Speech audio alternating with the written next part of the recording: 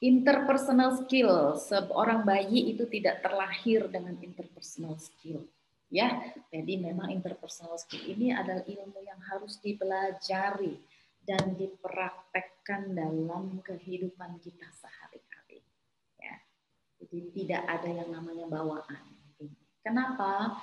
Karena ya interpersonal skill ini terbentuk dari lingkungan, dari pola asuh kita, ya, dari karakter kita, ya, karakter kita yang dipoles oleh lingkungan, ya, yang dipengaruhi juga oleh lingkungan, ya, sehingga terbentuklah sebuah keterampilan yang membuat kita terbiasa melakukan itu, ya, di keseharian kita.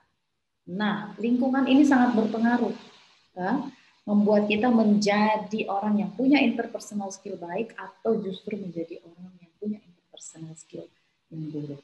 Ya, tapi intinya adalah elemen-elemen yang mempengaruhi interpersonal skill ini bisa dipelajari. Jadi nggak usah khawatir kalau memang punya niatan, antusiasme untuk menjadi lebih baik, monggo silahkan dipelajari dan dipraktekkan. Sama seperti bahasa.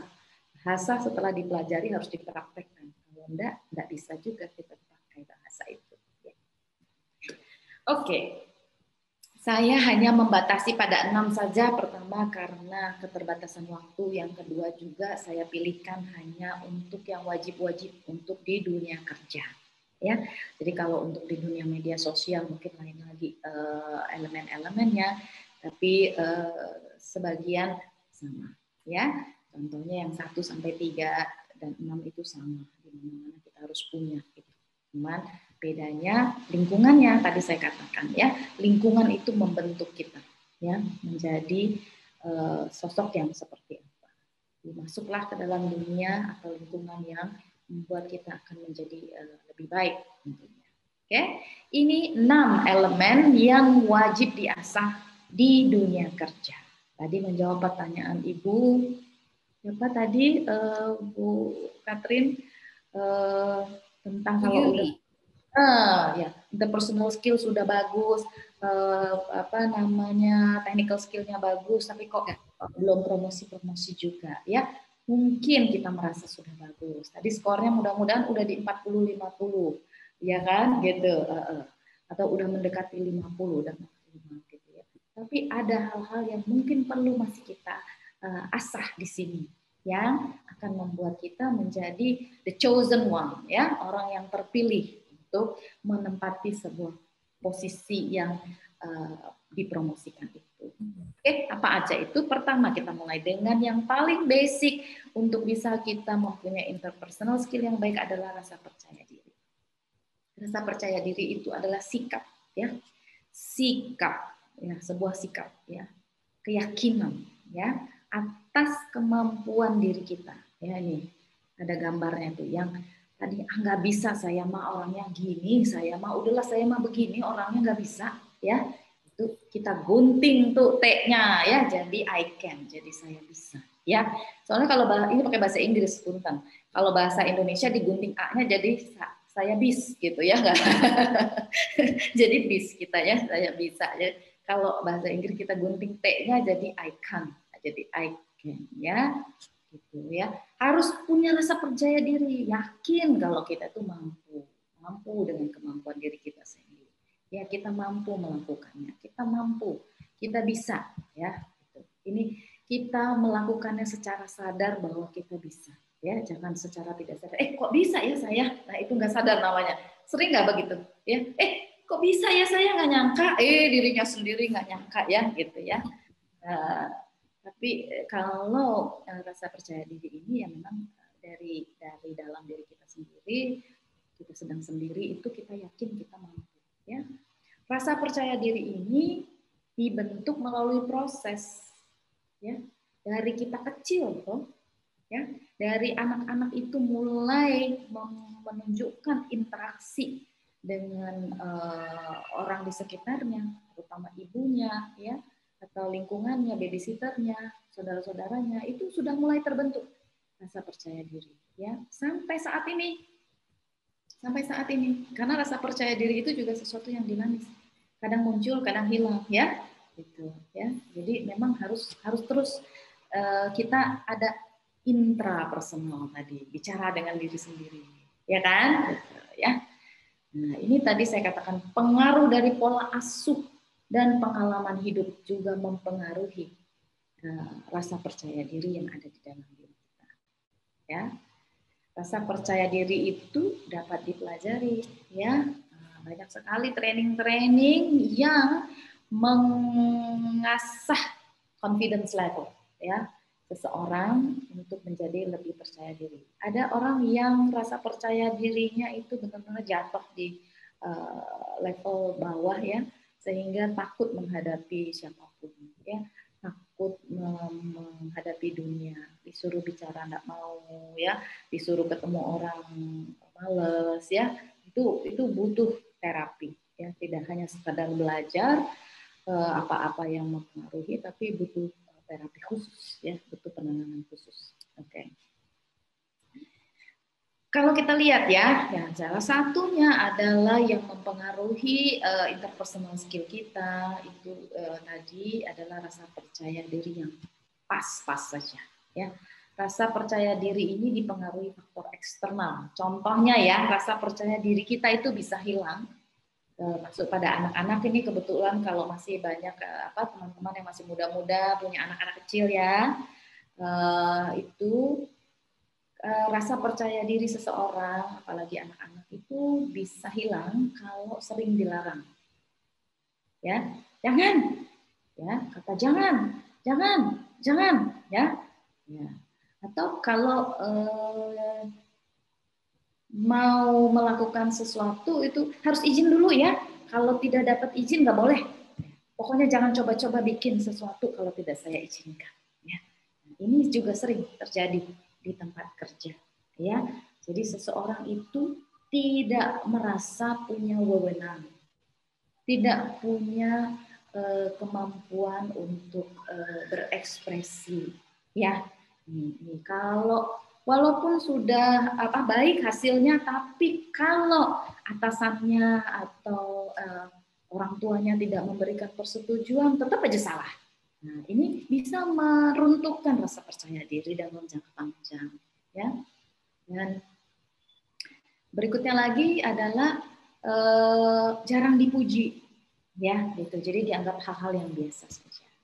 Kadang ya kalimat cuma, aduh kamu bagus banget, itu sudah bisa membangkitkan rasa percaya diri, ya.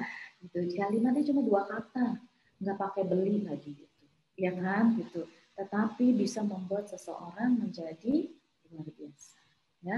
Nih, jadi orang bisa runtuh rasa percaya dirinya kalau dia melakukan sesuatu menurut dia baik, tapi nggak ada yang muji, ya, nggak ada, ya. Jangan terlalu naif kalau kita tidak butuh pujian dari orang lain, ya. Kita butuh, kita ini makhluk sosial kok, ya.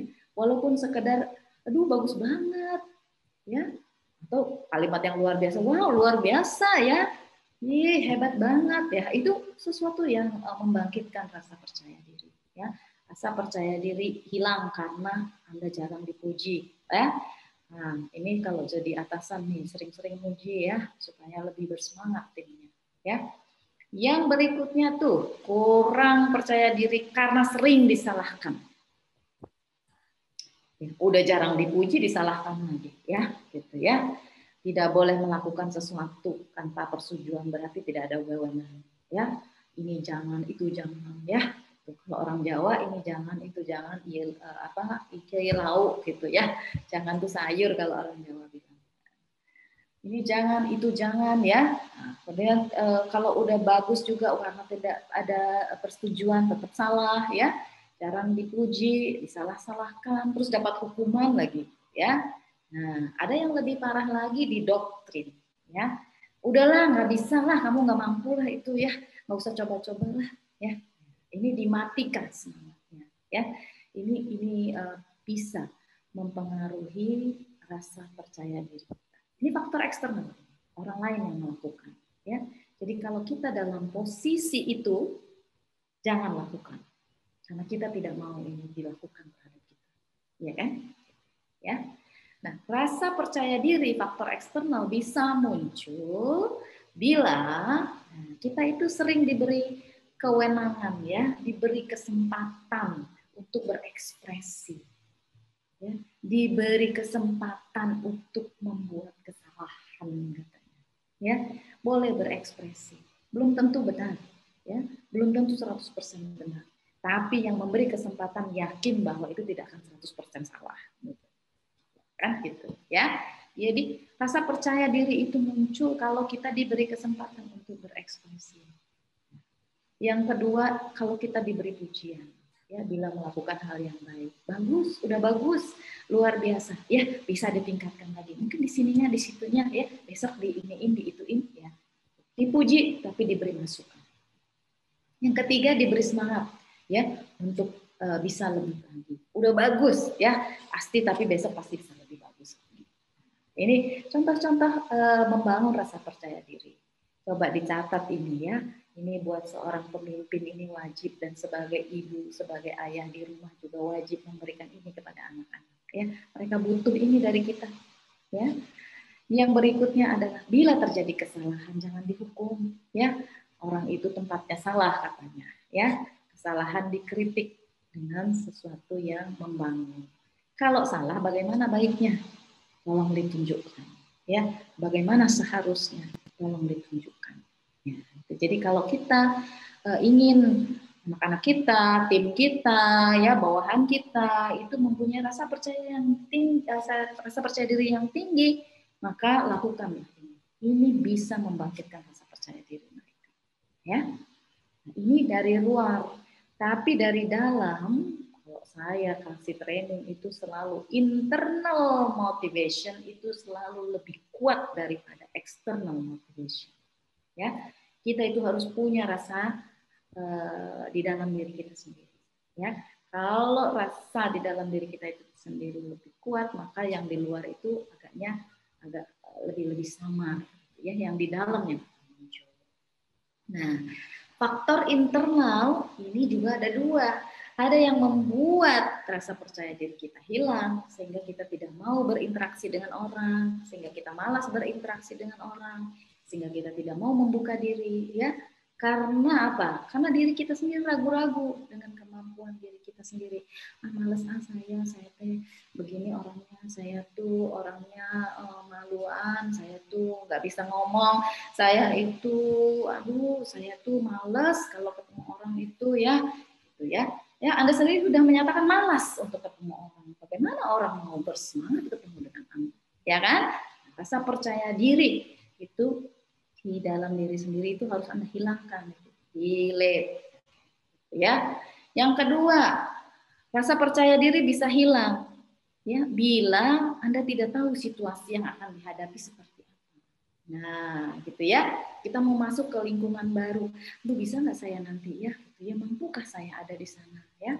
Itu kalau Anda terus mendoktrin diri Anda sendiri dengan situasi yang Anda hadapi itu tidak jelas, membuat Anda nanti begini begitu ya, tidak mau mengambil resiko, itu poin ketiga ya. Anda terlalu khawatir bahwa ini akan jelek dampaknya pada Anda dan Anda tidak mau mengambil resiko itu, maka rasa percaya diri itu akan hilang. Ya. Yang berikutnya lagi adalah Anda tidak punya motivasi yang kuat untuk meningkatkan kemampuan diri Anda. Sehingga Anda pasrah dengan apa adanya saat ini diri Anda, ya. Anda justru memperkuat keyakinan diri Anda bahwa Anda adalah orang yang lemah. Anda orang yang begini adanya, tidak mau berubah. Nah, ini yang paling parah ini. Udah. Ini butuh terapi khusus ini, ya. Tidak punya motivasi hidup yang untuk jadi lebih baik. Oke? Ya. Ini tadi ya. Kalau cita-cita hidupnya terlalu sederhana, nerimo dengan apa yang sudah ada, ini tidak punya semangat berkompetisi dan tidak punya semangat untuk membuat sesuatu lebih baik, ya. Untuk dirinya sendiri aja dia nggak mau lebih baik, apalagi untuk orang lain, ya kan? Begitu, ya. Jadi rasa percaya diri ini bisa hilang justru Anda sendiri yang membuatnya.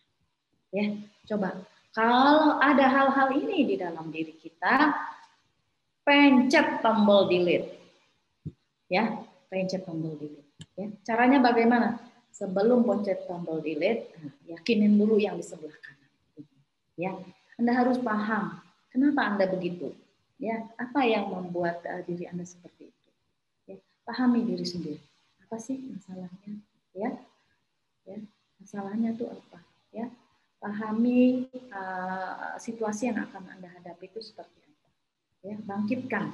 Ya, misalnya katakanlah ya Anda dikirim oleh IPB ketemu dalam sebuah seminar nasional di mana seluruh Indonesia ya tenaga pendidikan berkumpul gitu dari semua universitas dan Anda tidak punya teman di sana gitu ya.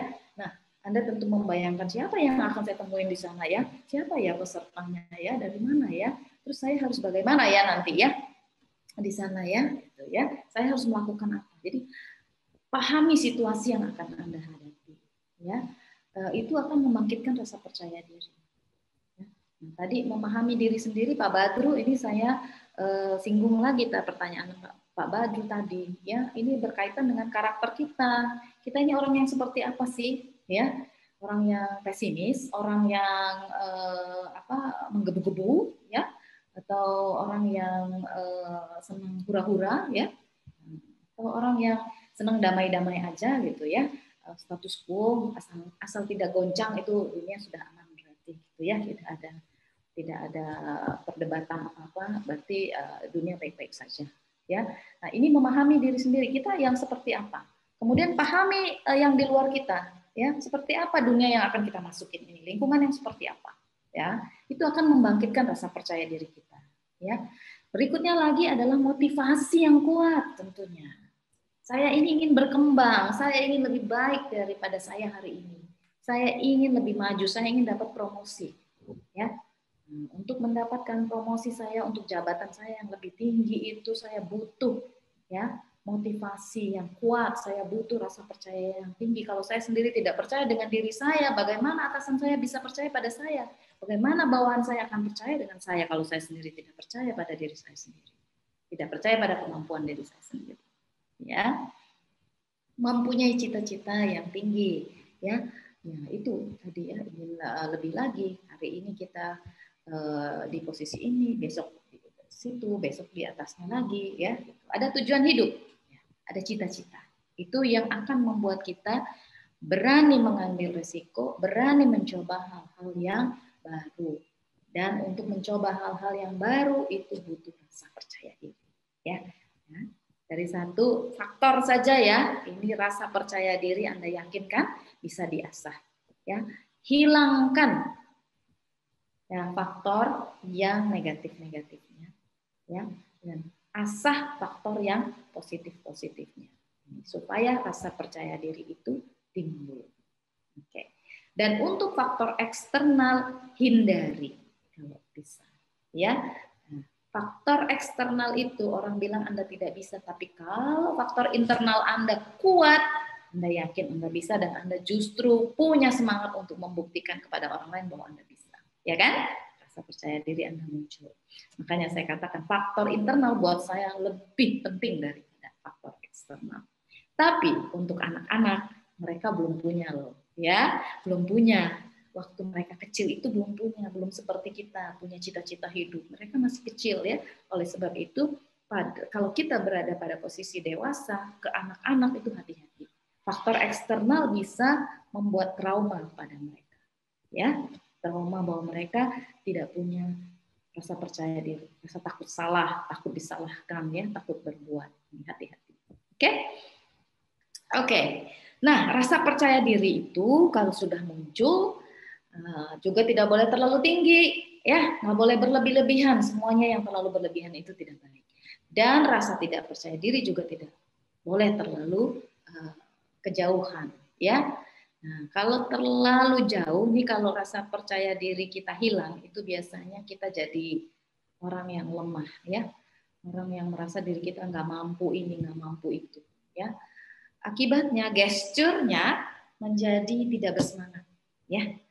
Nah, kalau disuruh baru gerak, itu pun tidak antusias ya, tidak berani bertindak sendiri, tidak proaktif, tidak punya inisiatif, ya. Itu. Kalau diminta mengerjakan sesuatu, nervous ya, gugup ya, takut salah ya.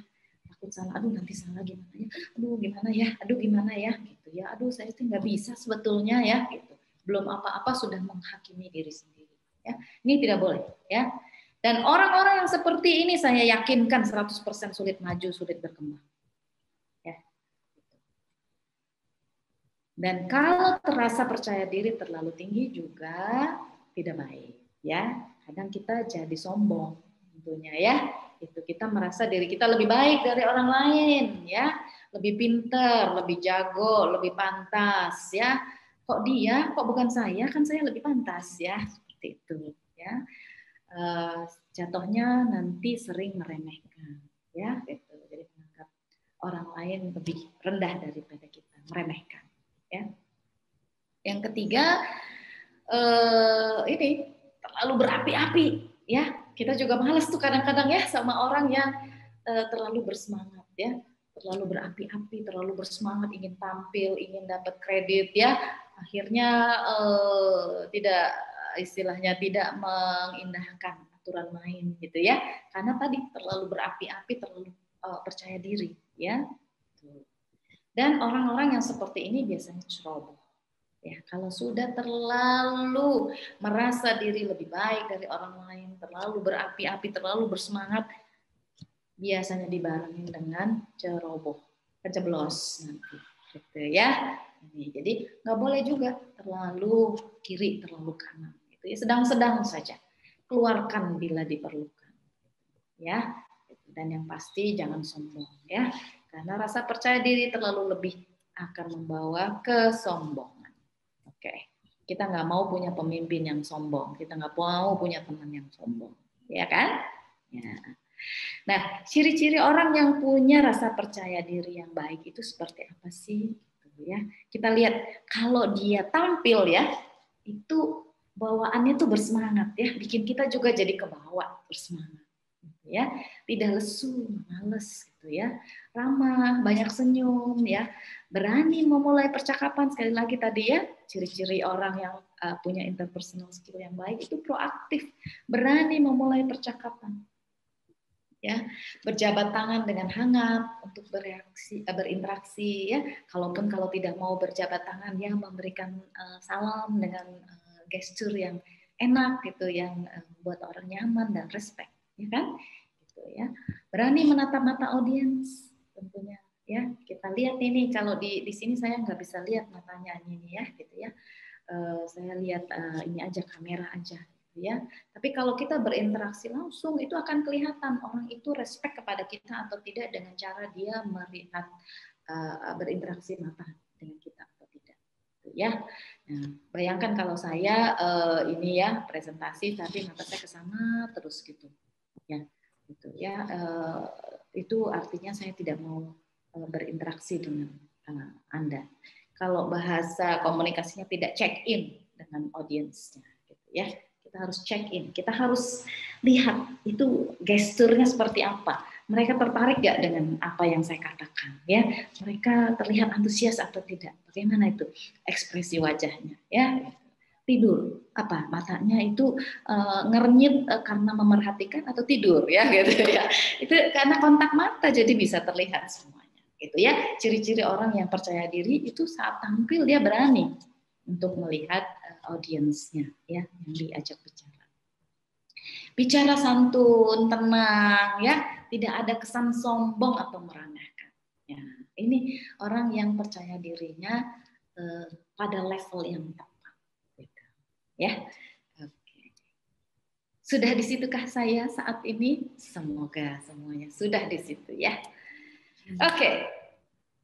Kita masuk ke poin kedua, elemen kedua, rasa percaya diri satu. Yang kedua adalah sikap positif, atau bahasa yang paling sering kita dengar adalah positive thinking, berpikir secara positif. Tapi kalau sikap positif itu tidak hanya thinkingnya, tapi juga tampilannya, gesturnya, keseluruhannya positif. Ya. Sikap positif ini dibangun oleh seseorang yang selalu melihat sisi positif dari suatu keadaan, suatu kejadian, ya. Tapi bukan berarti dia tidak tahu sisi negatifnya. Dia tahu sisi negatifnya. Tapi dia selalu melihat dari sisi positifnya. Nah, kalau bahasa kita lagi kalau lagi agak-agak soleh gitu, ambil hikmahnya katanya gitu, ya kan? Nah, kalau sudah mengambil hikmahnya itu kita melihat dari sisi positifnya. Apapun bentuknya, ya kan? Apakah itu sudah sesuatu yang tidak enak atau yang enak, kita lihat dari sisi positif. Karena semua itu pasti ada positif dan negatifnya. Dan orang yang punya sikap positif akan selalu mengedepankan sisi positif dari kejadian tersebut. Ya, itu yang dicamkan di dalam dirinya. Ini yang harus kita latih. Ya. Sikap positif ini juga akan menjadi pendukung timbulnya rasa percaya diri. Ya, sikap berani menghadapi keadaan, berani bertemu dengan orang lain, berani berinteraksi, berani membuka diri untuk berinteraksi dengan orang lain. Ya, karena kita tahu, ya, kita tahu positifnya apa. Ya, sikap positif wajib dikembangkan. Ya, wajib dikembangkan. Hukumnya wajib. Ya, kita selalu katanya apa? Husnuzon, ya, husnuzon, ya, selalu melihat sisi baiknya, berprasangka baik, ya. Dan sikap positif ini bisa dipelajari, ya. Bagaimana caranya? Ya dilatih terus, ya. Bagaimana caranya? Dilatih terus. Nah, ini caranya bagaimana? Ya, buat timbangan, ya. Setiap kejadian itu analisa, ya, analisa keadaan yang kita hadapi. Ya, baik secara cepat maupun secara teliti, ya, kita buat analisa, ya. Kalau situasinya rumit tentunya lebih lama, situasinya nggak bisa lebih dengan quick thinking, ya, lebih lama lagi cernanya, ya. Tapi tetap harus dianalisa keadaan yang kita hadapi itu. Sisi positifnya apa? Buat daftarnya. Sisi negatifnya apa? Positifnya apa? Negatifnya apa? Kenali dampak-dampak yang timbul. Ya, kalau positif nanti jadi begini, saya jadi bisa ini, saya jadi kenal banyak orang, saya bisa diterima, saya bisa begini, saya bisa begitu. Negatifnya apa ya? Paling nanti akan terjadi seperti tapi saya bisa atasi dengan hal yang demikian, ya, gitu. Jadi sisi negatif dan sisi positifnya dibuat daftar dan diketahui dampak-dampak yang mungkin timbul supaya bisa diantisipasi, ya, reaksinya atau responnya seperti apa. Buatlah pembobotan mana yang lebih berat, ya. Kalau banyak negatifnya, istilahnya banyak mudaratnya, ya janganlah, ya, gitu, ya. Kalau banyak positifnya, ayo kita lakukan, gitu, ya. Beranikan diri untuk melakukannya. Ini tentukan sikap Anda, lihatlah, ya. Jadi jangan main terobos aja, gitu, ya. Kita dan ini kalau semakin sering, ya, kita latih, ini semakin cepat kita melihat suatu keadaan itu sisi positifnya apa, sisi negatifnya apa. Semakin sering kita latih, semakin kita tajam, ya, semakin kita asah, semakin tajam kita mampu melakukan proses ini. Nah, di sini saya katakan, ya, prosesnya itu merespon, ya, keadaan yang kita temui itu sebagai input, ya. Kita respon, bukan reaksi, ya, gitu. Apa bedanya reaksi dengan respon? Respon itu melalui proses thinking, cerna, ada pencernaan dulu di dalam otak kita, ya. Bagaimana kita harus merespon? Apa respon saya? Ya, tapi bereaksi sifatnya lebih spontan, gitu, ya, lebih spontan, ya. Misalnya kaget itu, ya, reaksinya, itu, ya. Tapi kalau dikagetkan, ya, tiba-tiba ada bunyi sesuatu, ya, itu nggak pakai respon kita, ya, gitu, ya, istilahnya nggak pakai thinking, ya, langsung bereaksi. Jadi lebih banyaklah merespon daripada bereaksi, ya, gitu. Karena proses merespon itu melalui proses thinking, ya, masuk dulu nih ke dalam sel-sel kelabu kita, ya. Dan semakin sering proses ini dilakukan, maka semakin cepat sikap positif itu terbentuk. Gitu. ya. Jadi kalau hujan katakanlah ya, oh hujan saya mau terobos hujan ini atau saya mau menunda berteduh dulu atau saya mau pakai payung ya atau saya pasang jas hujan ya, itu proses merespon karena ada pemikiran di situ ya. Tapi yang kita bereaksi adalah ketika hujan langsung mencari tempat berlindung, itu bereaksi ya gitu. Tidak ada proses thinking di situ, itu karena refleks ya. Gitu hujan langsung meneduh semua ya gitu. Habis meneduh berpikir, kok neduh ya? Padahal saya harus sampai di sana on time gitu ya. Akhirnya diterobos. Nah, itu respon. Sudah melalui proses thinking bahwa Anda harus menerobos itu dengan menggunakan jas hujan jalan terus motornya. Ya, istilahnya gitu ya. Oke. Jadi sering-sering dilatih ini proses input, thinking, proses baru output ya. Oke, nah, ciri-ciri orang yang punya sikap positif dan punya sikap negatif. Adakah di lingkungan saya yang seperti ini ataukah saya yang seperti ini? Mari kita lihat sama-sama ya. Oke, orang yang positif, bersikap positif, positive thinking itu orangnya optimis. Ya, kenapa? Karena dia selalu melihatnya dari sisi yang positif, ya kan? Bisa itu. Ya, tapi nanti begini begitu bisa. Ya, itunya bisa kita atasin juga negatif. Optimis ya, ciri-cirinya itu optimis ya. Kalau Anda sudah pada posisi ini keren banget, yang di bawah nggak usah dibaca. Ya, karena Anda pasti akan menjadi pribadi yang menyenangkan. Orang itu senang dengan orang-orang yang optimis ya. Kita jadi kebawa optimis ya gitu. Jadi kayak hidup ini ada harapan sama orang-orang kalau di dekat orang-orang yang optimis gitu, ya.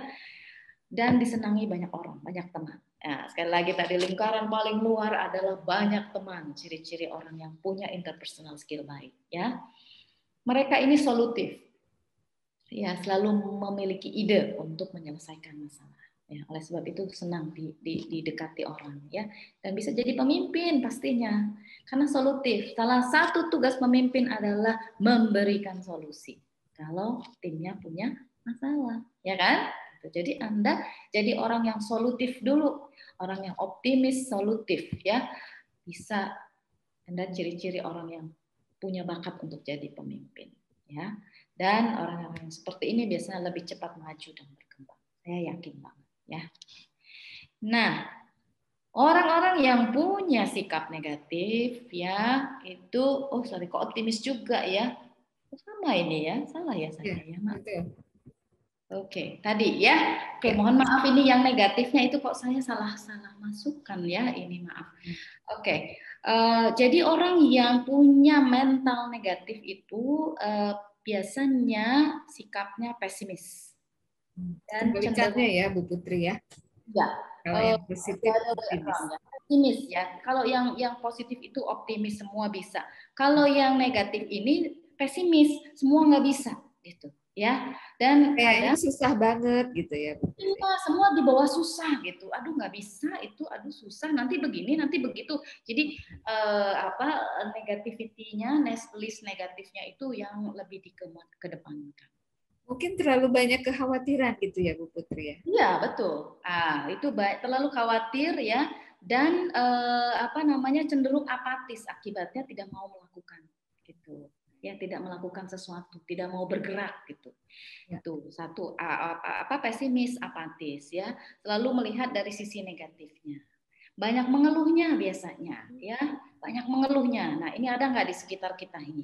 Kalau ada ini mesti dicolek-colek sedikit ya. Suruh baca yang sebelah kiri itu ya, positif ya gitu ya. Jangan banyak ngeluh ya.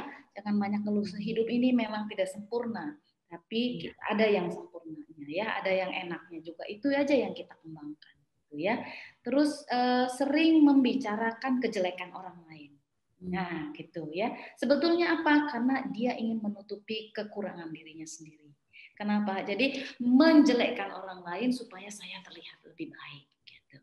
Kenapa orang mengatakan yang jelek tentang orang lain supaya saya terlihat baik? Ya, Jadi kalau ada yang sering menjelek-jelekkan orang lain, itu sebetulnya dirinya sendiri tidak percaya diri. Dia ingin sekali orang lain melihat bahwa dirinya baik dan melihat orang lain jelek. Nah, ini cara ciri-ciri orang negatif, ya.